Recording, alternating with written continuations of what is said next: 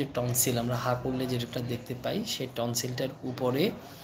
আরেকটা টনসিল থাকে, সেটাকে আমরা বলি হচ্ছে এডিনয়েড টনসিল। তো এডিনয়েড টনসিলটা অনেক বাচ্চার দেখা যায় যে অস্বাভাবিকভাবে বড় হয়ে যেতে পারে। অস্বাভাবিকভাবে যদি এডিনয়েড টনসিলটা বড় হয়ে যায়, তখন কিন্তু বাচ্চার বেশ কিছু লক্ষণ দেখা যায়। এই লক্ষণগুলোর মধ্যে এটা বেশ কিছু গুরুত্বপূর্ণ লক্ষণ হচ্ছে যে এডিনয়েড গ্রন্থিটা বড় হয়ে গেলে বাচ্চা হা করে ঘুমায়, বাচ্চা নাক ডাকে, বাচ্চার ঘন ঘন ঠান্ডা কাশি লেগে থাকে, বাচ্চার ঘুম স্বাভাবিক ঘুমটা বাধাগ্রস্ত হয়, এবং হচ্ছে যে অনেক বাচ্চা দেখা যায় যে রাতে ঘুম থেকে উঠে যায়। যেহেতু বাচ্চার রাতে ঘুম কম হয়, সেহেতু দেখা যায় যে বাচ্চা দিনের বেলা ঝিমায়, এবং এই সকল বাচ্চার মনোযোগ পড়াশোনা সহ অন্য বিষয়ে মনোযোগটা কঠিন হয়ে পড়ে, এবং দেখা যায় যে এই বাচ্চাদের